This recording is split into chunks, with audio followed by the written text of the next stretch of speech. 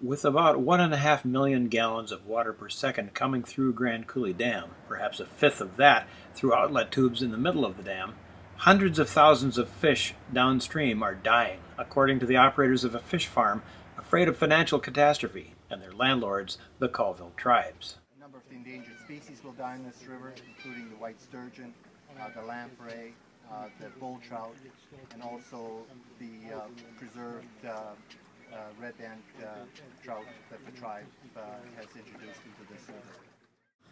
The U.S. Bureau of Reclamation is operating the dam and Lake Roosevelt behind it in such a way to minimize flooding downstream as spring runoff pours into the lake at the same time heavy rains inundate the region. The Pacific Net Pen complex 20 miles downstream is currently raising 2.7 million fish in its pens. Workers there were harvesting fish Thursday, trying to get ahead of the kill. Hundreds of the dead fish lined a net pen where they had been pumped from the main pens. Divers told the facility manager it was like this for 50 feet down. The fish died of what human divers call the bends, a type of blood poisoning that occurs when too much nitrogen gets into the blood. We dropped the river to an all-time low. You know, it has an effect where we can't go over the top of the dam. It's coming through the dam, through the... That's what produces the gas. Yes.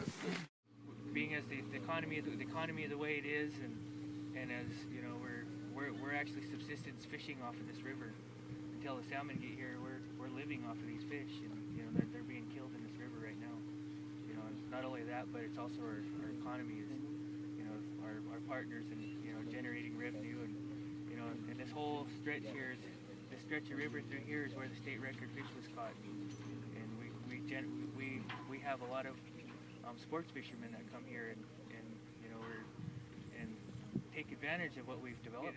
Ask BPA to I guess try to use more of their hydroelectric power out of the Grand Coulee Dam instead of water releases like this. That would be much more beneficial, not only to us as a tribe and our fisheries partners, but you know, as a state as a whole, because we're also part of the state economy here also. The state Senate on a Wednesday asked the federal agencies to look into alternatives to this bill.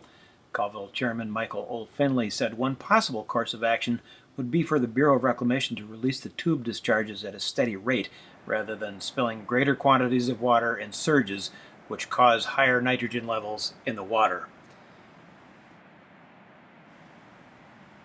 For the Star Online, I'm Scott Hunter.